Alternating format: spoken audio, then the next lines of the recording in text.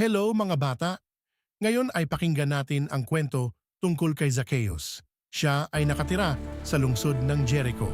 Si Zacchaeus ay isang maniningil ng buwis. Marami siyang pera pero hindi siya gusto ng mga tao dahil iniisip nila na siya ay mandaraya. Isang araw, dumating sa Jericho si Jesus. Maraming tao ang nagtipon upang makita siya. Gustong-gusto rin ni Zacchaeus na makita si Jesus. Ngunit may problema, si Zacchaeus ay maliit lamang at hindi niya makita si Jesus dahil sa dami ng tao. May naisip na paraan si Zacchaeus. Tumakbo siya papunta sa isang puno at mabilis na umakyat dito upang makita si Jesus habang dumadaan. Doon sa taas ng puno, sabik siyang nakatingin kay Jesus. Habang dumadaan si Jesus, tumingin siya sa taas ng puno at sinabi niya, "Zacchaeus, bumaba ka agad. Pupunta ako sa iyong bahay ngayon."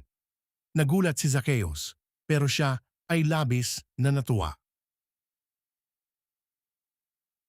Masayang tinanggap ni Zacchaeus si Jesus sa kanyang bahay. Pagkatapos ay sinabi ni Zacchaeus, Panginoon, ibibigay ko ang kalahati ng aking ari-arian sa mga mahihirap. "At kung may nadaya ako, ibabalik ko ito ng 4 na beses."